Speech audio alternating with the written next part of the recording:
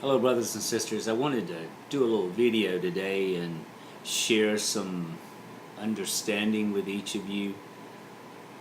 I'm showing a few videos here of Adam and Eve, or a few photos, and the reason I'm showing this, I think so many of us with religion, the Bible, have skipped over the first 10 minutes of the movie. Have you ever come in and watched a movie and missed the first few minutes of it, and you really have no idea what's going on in the rest of the movie? For me, I gather more understanding out of Genesis, and for me, it explains so much of what is happening in the rest of Scripture. Now,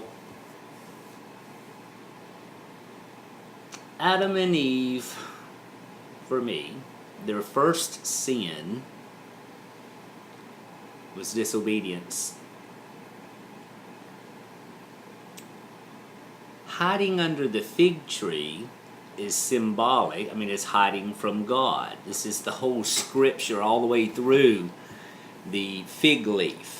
Jesus says, I saw you hiding under the fig leaf. To me, that means he was hiding from God. All through, anywhere that they're using the fig tree, it's talking of hiding from God, hiding from God. Well, when Adam and Eve eat from the tree of knowledge, the knowledge allowed Adam to judge. Adam looked at Eve, and he looked at himself and realized they were different. He judged.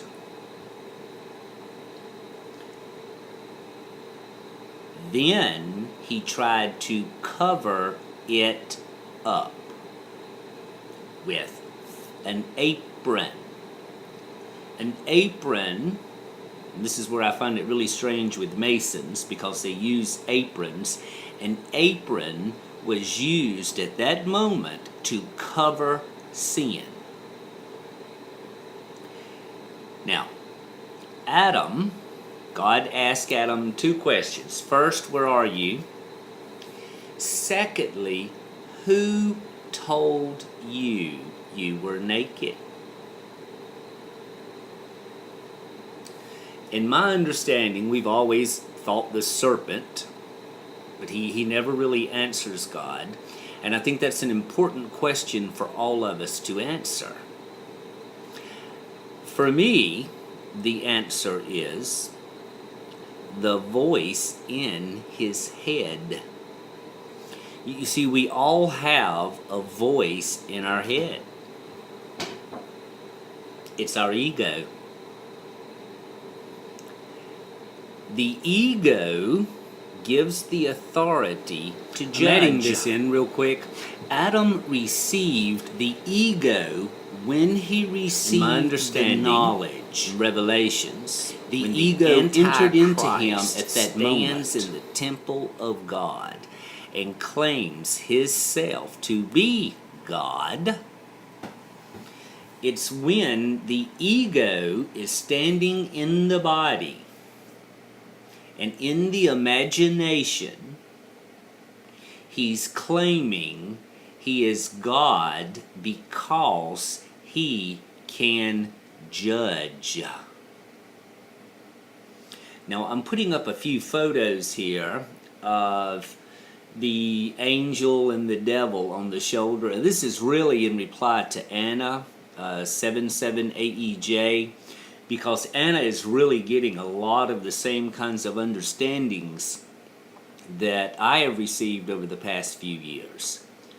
And I had already downloaded some of these photos to do this video, and then the other day, a couple of days ago, she had done a video and had drawings of, sort of the angel and the devil. And this is how it works in my understanding.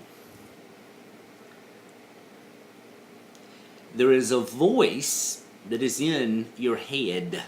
It is carnal. It is the ego. It is I.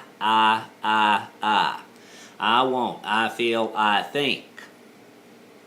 There is another voice that is in the heart. This would be Jesus. This would be Christ. Antichrist. Well, see, if you look at Christ, he's humble, he's unconditional love, he's self-sacrifice, he's service to others, he's forgiving, he's non-judgmental. What would be the opposite of that? Greedy, selfish, self-centered, love of self, arrogant.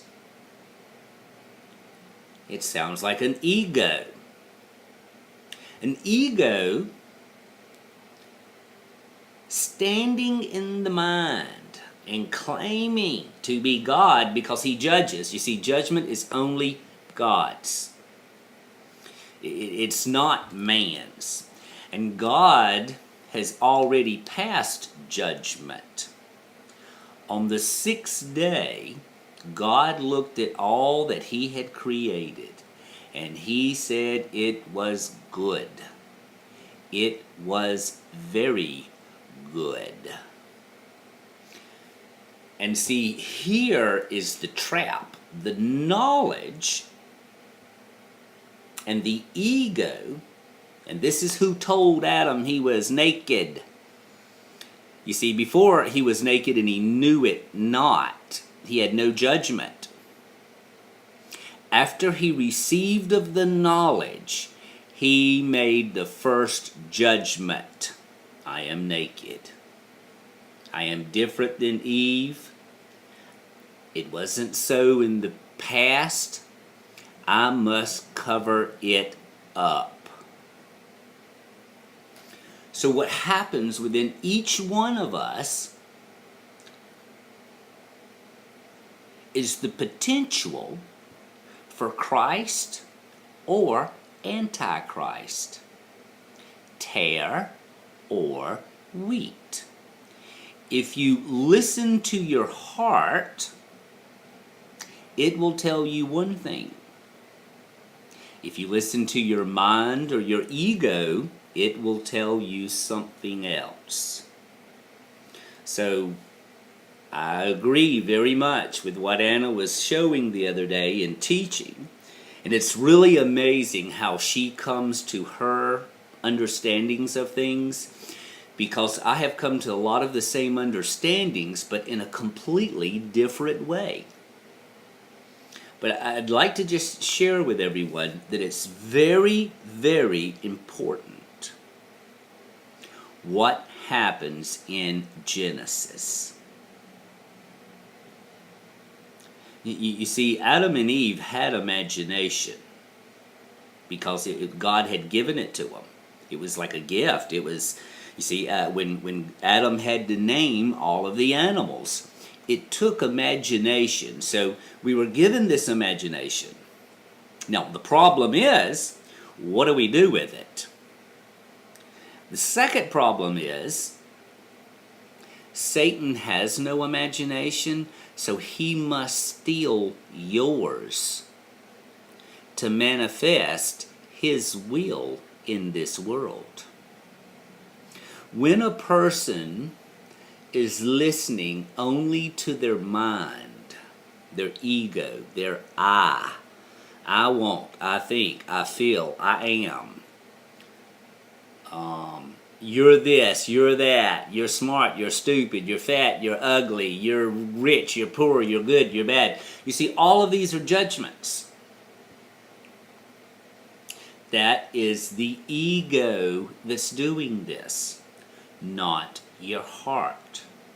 So, two things. As you go through your day, be aware of how many times you use the word I. I don't want a cup of coffee. I don't like that. I don't want to do that. I think this. I think that. Start becoming aware. Each situation, ask your heart. is this coming from my heart or is this coming from my mind? The biggest trick Satan has pulled is making each one of us think the voice that is in our head is us. It's not. It's Satan.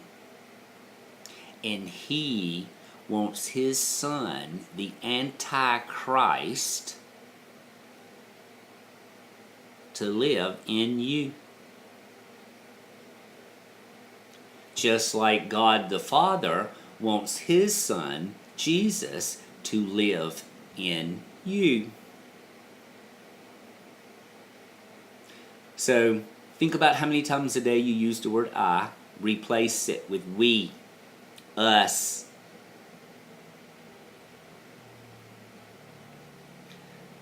Secondly, question. Where's your answers coming from? Heart or mind? Okay, guys, have a good day. Have a blessed day. I'd like to add in a small little piece here, which I think is very important. Jesus says, only those that are like little children shall inherit the kingdom of heaven. Children are full of imagination. Children have no judgment. Children forgive easily.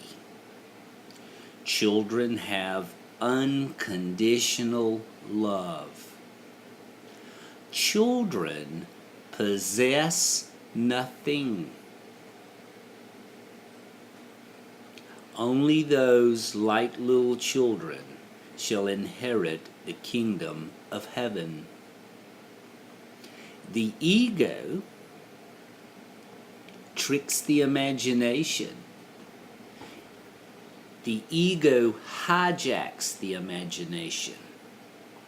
Now you're passing judgment. Now you're possessing everything. Now you're holding revenge. This is the opposite. You must understand this takes place in each and every person. People lock their doors because they think evil is out in the street. They don't understand they lock themselves in with it.